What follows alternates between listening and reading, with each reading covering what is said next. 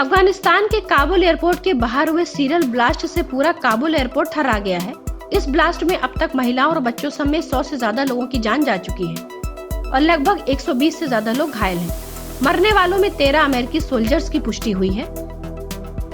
जैसा कि आशंका जताई जा रही थी वही हुआ। ISIS खुरासान ने इस ब्लास्ट की जिम्मेदारी ली है।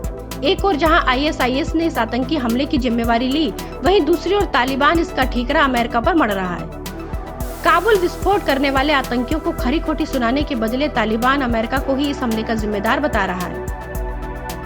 तालिबान ने कहा है कि अमेरिकी सैनिकों ने अपने साजो सामान को नष्ट करने के लिए ये विस्फोट कराए हैं। यह विस्फोट ऐसे समय हुआ है जब अफगानिस्तान पर तालिबान के नियंत्रण के बाद से हजारों नागरिक अफगान देश से निकलने की कोशिश कर रहे हैं और पिछले कई दिनों से हवाई अड्डे पर जमा है।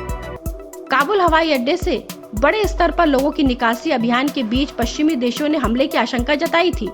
इसके पहले दिन से ही कई देशों ने अपने नागरिकों को हवाई अड्डे से दूर रहने की अपील की थी, क्योंकि वहां आत्मघाती हमले की आशंका जताई गई थी। अब सवाल उठता है कि 5-6 से ज्यादा सिक्योरिटी चेक पोस्ट से होकर काबुल एयरपोर्ट तक पहुंचने वाले लोगों के बीच आत्मघाती कैसे पहुंचे? पिछले 11 दिनों से एयरपोर्ट के पास सब कुछ ठीक चल रहा था, फिर अचानक यह कौन सा इनपुट महाशक्तिशाली देशों को मिला जो वह सुबह से ही अपने नागरिकों को एयरपोर्ट जाने से मना कर रहे थे? इतनी सटीक जानकारी का अमेरिका, ब्रिटेन, फ्रांस जैसी महाशक्तिशाली देशों के पास ऐसा कौन सा सोर्स था जिसके पास इतनी सटीक जानकारी थी? और अगर यह सटीक जानकारी सही साबित हुई तो फिर अब यह देश हाथ पर हाथ धर के कैसे बैठ सकते हैं?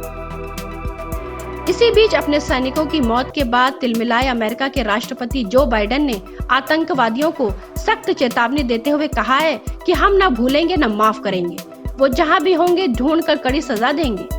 जो बाइडेन ने कहा है कि अगर आवश्यकता पड़ी तो अफगानिस्तान में और सैनिक सहायता भेजेंगे। जो बाइडेन ने ISIS पर हमले की तैयारी के लिए अपने कमांडरों को निर्देश दिया है।